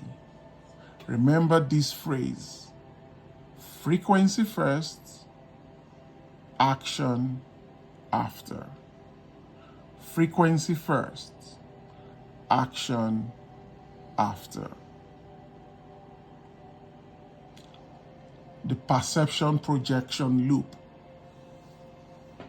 Principle: what you stare into is staring back at you, and eventually will become you. The way you look at reality is the way reality will look back at you, and that's simply because you and reality are one. The masses will look out into their world without realizing they are simply looking in their world. Many see a reality they don't like without ever realizing they are not seeing reality, but their distorted version of reality. As human beings, we are comforted by the notion that when we look out into the world, we are seeing it as it is, without ever realizing a deep metaphysical truth. You don't see the world as it is, but as you are. You don't realize that you are seeing reality through lenses tinted by your state of consciousness or frequency. This applies to everyone. Perception is defined in the Cambridge Dictionary as a belief or opinion often held by many people and based on how things seem. There's two important parts to that definition. Until you unpack them, you will continue in a cycle of unwanted reality. 1. A belief or opinion. 2. Based on how things seem. A belief or opinion aren't truths. They are ideas that mask themselves as truths. However, once accepted by the subconscious mind, they begin to become truths by manifesting all around us in our realities. There are no truths in your reality other than what your subconscious mind accepts as true. Once accepted, This truth will solidify. How things seem will always depend on where you are standing. I am not talking about your physical position, but your mental one, your state of consciousness, or your frequency. By dissecting the definition of perception, a truth is revealed. Your perception ultimately leads to your projection, which is what you call reality. Most people will never realize that the way they are choosing to perceive something is intricately connected to the reality that their mind projects. The dangerous thing about perception being connected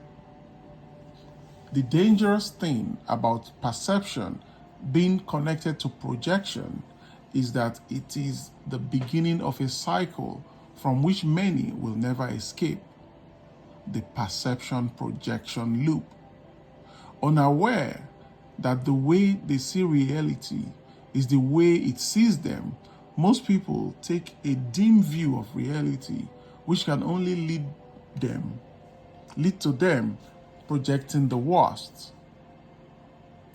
Unaware that the way they see reality is the way it sees them, most people take a dim view of reality, which can only lead to them projecting the worst.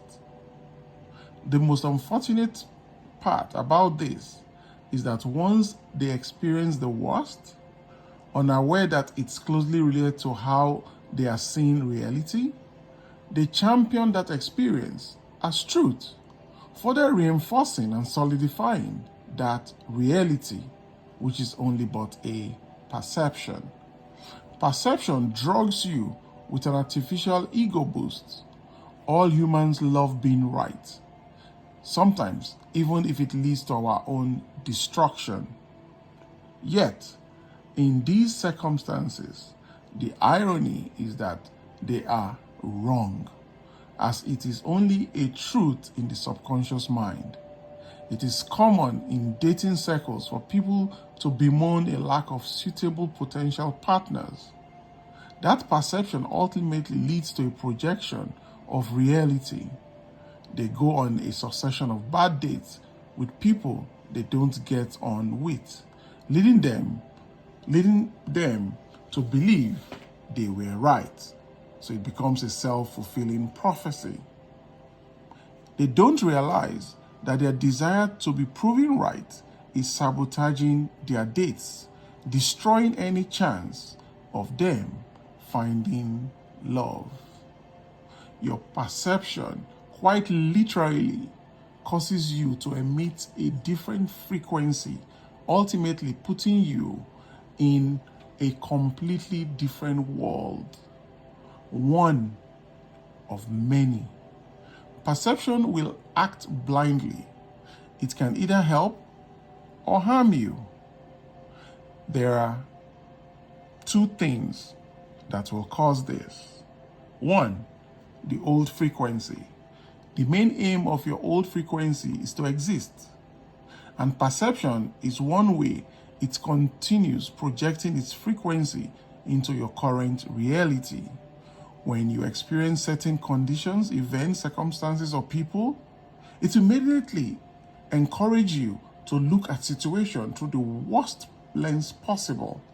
As a result, you create the worst outcome possible. After creating the worst outcome, it's natural to feel and think the worst thing possible. That mental and emotional energy is getting its fix. 2. The world. The universe seeks balance. It prefers everything to operate on a similar level for its own equilibrium. But that balance only exists if everyone remains at the same level of consciousness. To maintain this, society feeds us the same set of beliefs, the widely accepted truths, about how life works, what's possible and what isn't. And the irony, the world sells you these beliefs once, and then you spend the rest of your life reselling them to yourself because you don't question them. Unfortunately, it sells us the version it wants us to live in, which revolves around failure, limitation, misery, suffering, scarcity, and struggle. Once a belief is accepted, it becomes the lens through which you see the world. That ultimately shapes your reality. So, it is your reality. It is often said that perception is reality, and metaphysically, it is. If you see the world through your own lens, which shapes the projection of your reality, it will be wise to perceive your life through the lens of your desired reality, so you can experience the projection of that reality. Every circumstance, condition, event, or experience with people in your reality must be seen through this lens. Practical. If the version of me in my desired reality jumped into my body, how would it look at things? There is no right or wrong answer. The purpose of the framing is simply to flex the perception muscle of your desired reality. The more you see reality through this lens, the more reality will see you that way. Changing reality is simply a matter of changing how the world sees you. In order to change the way the world sees you, you must change the way you see yourself. You must change the way you see through yourself. At the beginning, this process will require some conscious practice, but eventually it will become unconscious. At that point, the manifestation will feel effortless. Control your perception, or the world will control it for you.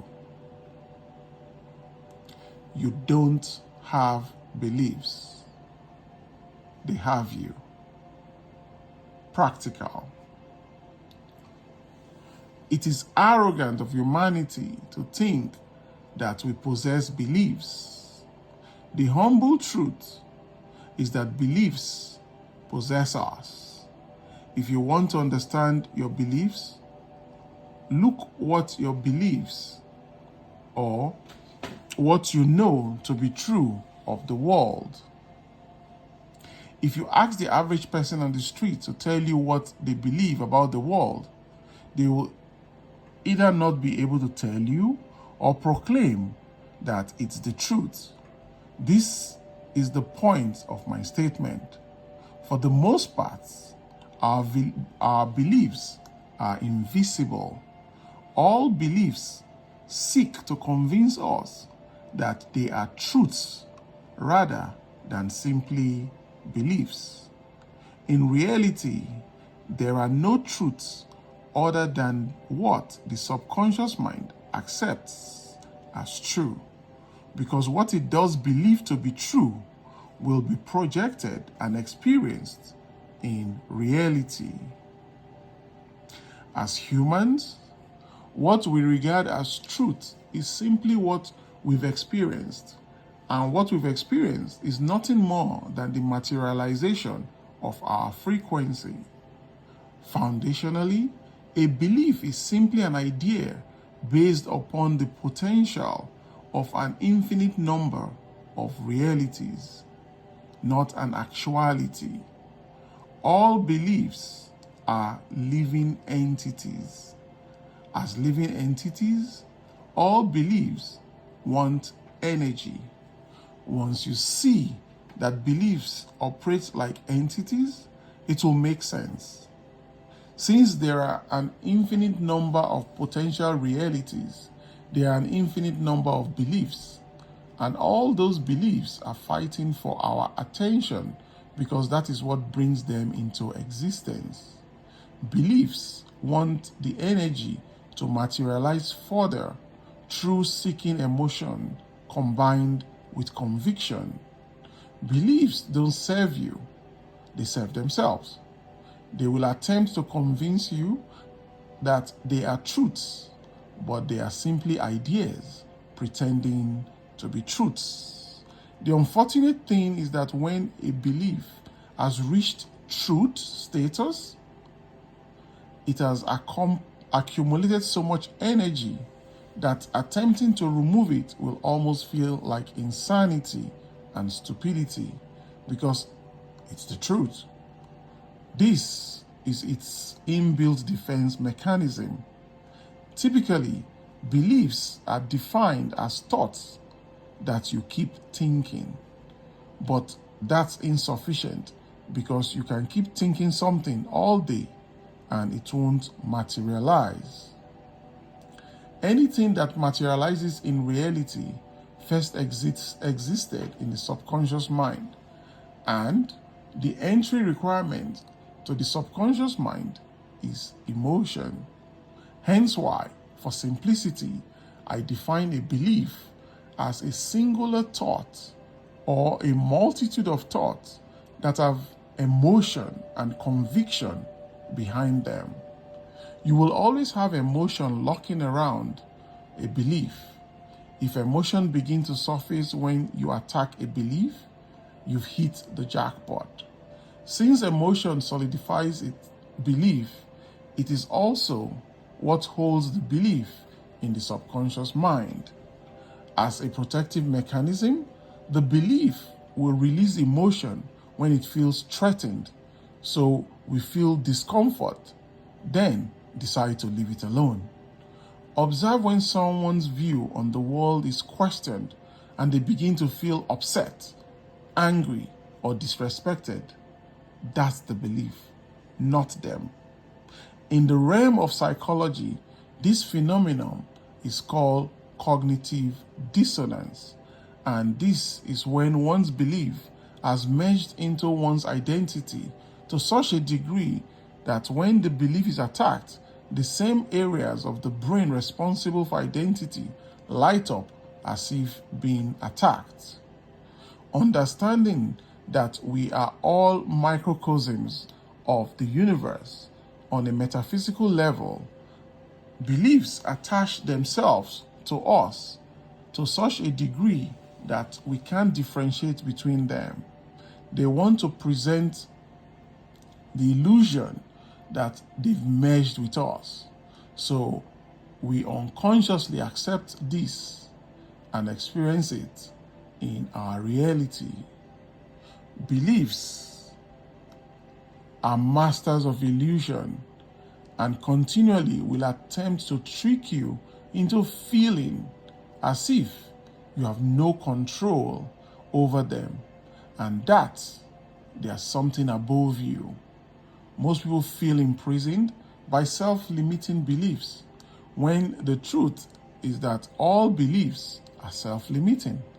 A belief is simply an emotionally fixed perspective, a mental construct that defines reality in a particular way. All beliefs create boundaries around what you can experience in reality. The individual who thinks they must work hard for money has now created a boundary outside of which they are unable to experience. But how often does it feel like we simply can't change our beliefs? They feel like mental boulders, something we have no power over. This is part of the trick. Remember that beliefs want to say, that's all. They want to stay. They want to stay in your mind to get as much energy as possible, so they have the chance of materializing. So beliefs will present the illusion that they are unchangeable. Ironically, because they are no truths other than what the subconscious mind accepts as true, when you believe a certain belief is unchangeable, it becomes unchangeable. Ironically, because there are no truths other than what the subconscious mind accepts as true, when you believe it's hard to change a certain belief, it becomes hard. Ironically, because there are no truths other than what the subconscious mind accepts as true, when you believe a certain belief is the absolute truth, it becomes the absolute truth. Beliefs sell you this illusion that they are unmovable, and the moment you buy into that belief, sold to you by the con artist itself, then reality will be unmovable, not because it is, but because you decided it is so. More important than what you believe you need to change in reality is your beliefs about beliefs. How can you change your beliefs on money if you don't think you can change your beliefs on beliefs? How can you change your beliefs on relationship if you don't think you can change your beliefs on beliefs? How can you change your beliefs on people if you don't think you can change your belief on beliefs? How can you change your beliefs on success if you don't think you can change your beliefs on beliefs? I can assure you, it'd be hard to change to your beliefs so long as you think it's hard. Nobody ever seems to decide straight away that it's easy to change their beliefs. Decide that the truth is that no belief is unchangeable. Decide that the truth is that no belief is the absolute truth. Decide that the truth is that no belief is unmovable.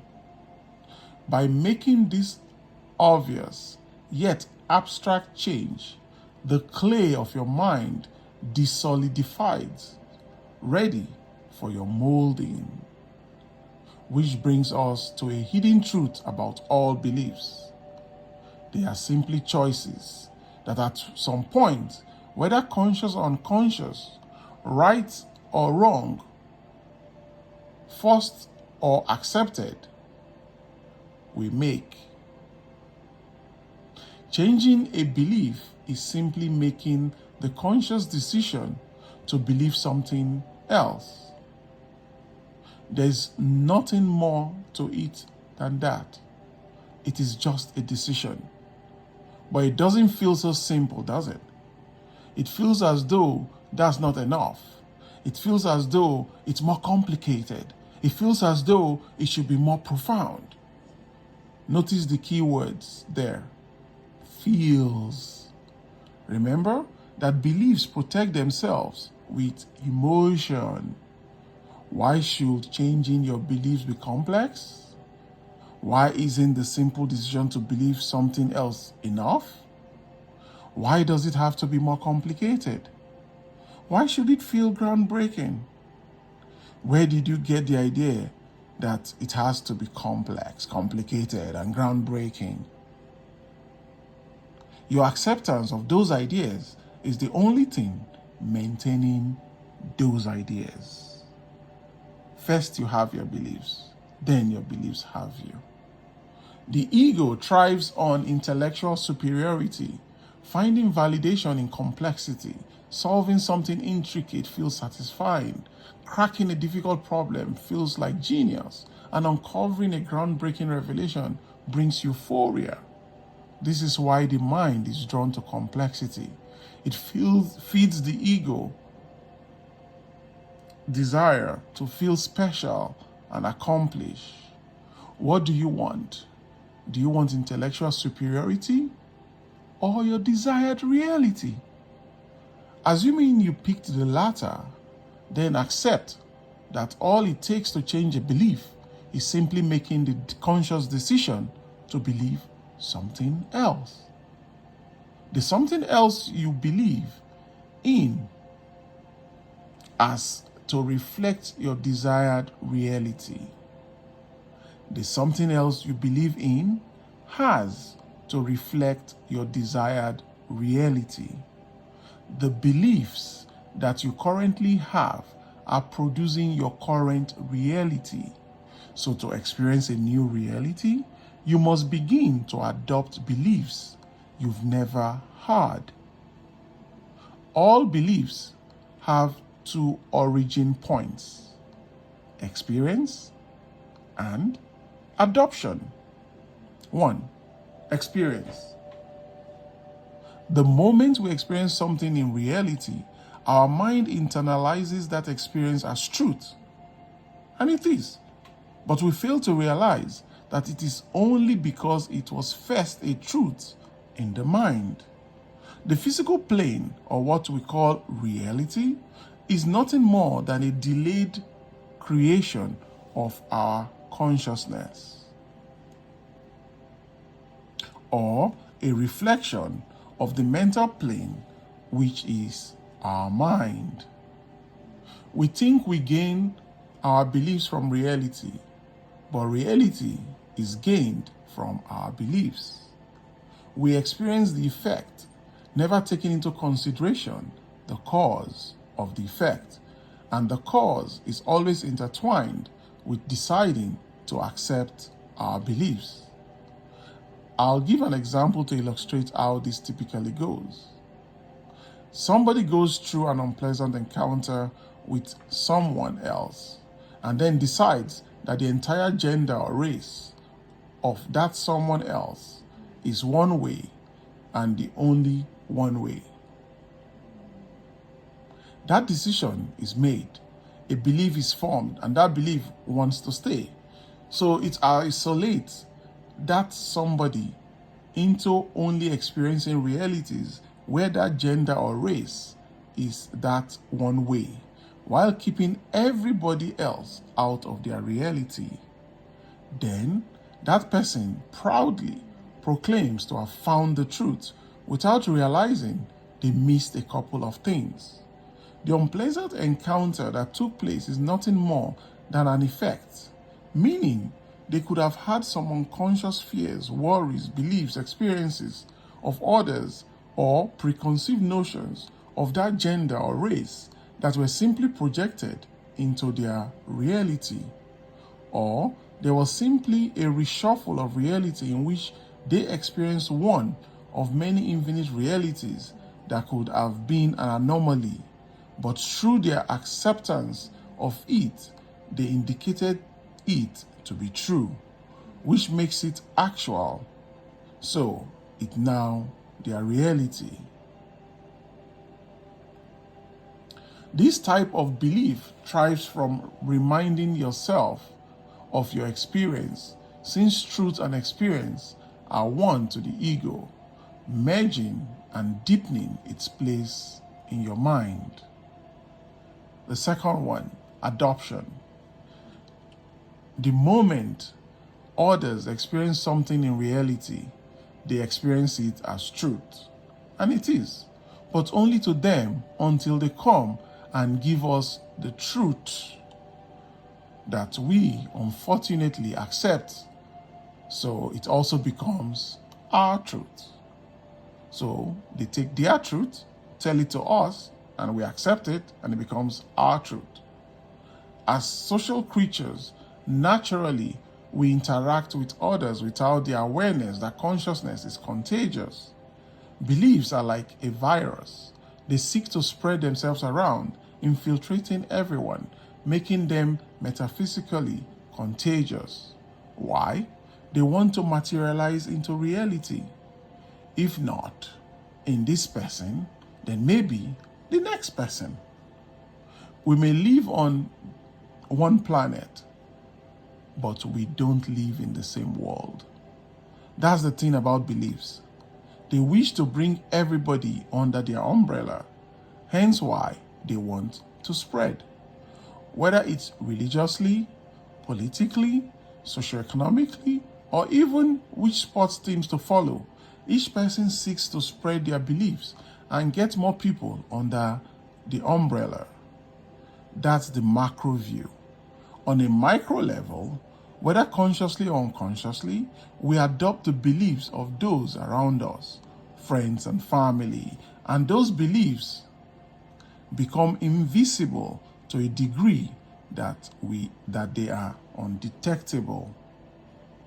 To revert to the example of the unpleasant encounter, what if the person involved is a friend or family member who then shares their story with you? You may react with shock, dismay, sadness, or anger as you empathize and share their pain.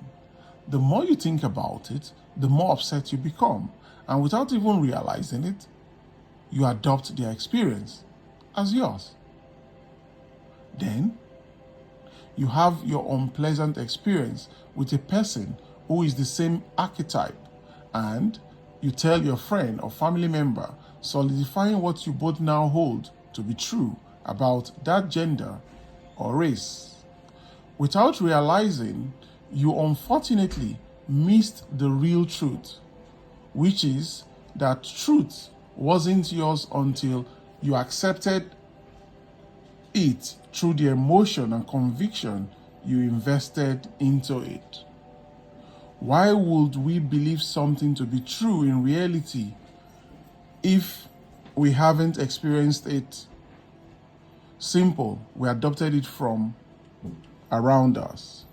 Don't make the mistake of believing you have been above adopting the beliefs of others. That type of arrogance is coming from the belief itself, which wants to make sure it sticks around, so stays invisible through that type of thinking. This type of belief thrives from reminding you of others or other people's experiences, since truth and experience are one to the ego, merging and deepening its place in your mind. Always remember, your beliefs are either adopted or experienced, or both. Before you begin adopting new beliefs, you must make the conscious decision that you will no longer believe the things you currently believe. Practical. To enter a new reality, you must have a set of new beliefs. Any old beliefs will negatively corrupt the frequency of your desired reality and will maintain the old reality.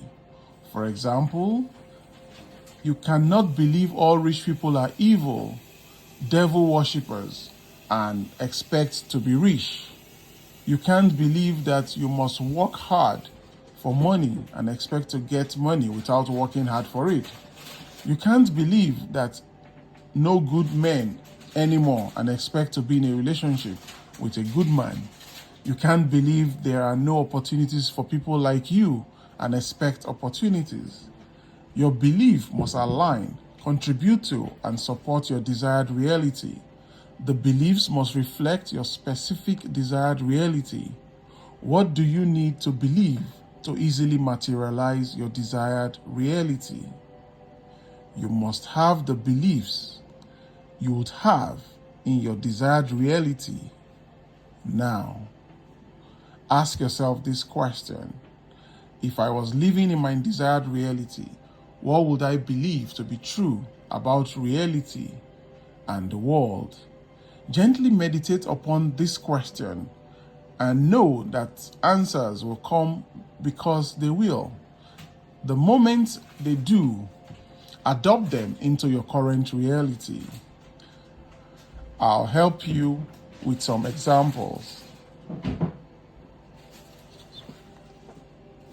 If you desire a loving relationship, then a belief that is mandatory is that there is an abundance of good men and women everywhere. If you desire abundance, then a belief that is mandatory is that you always have more than enough.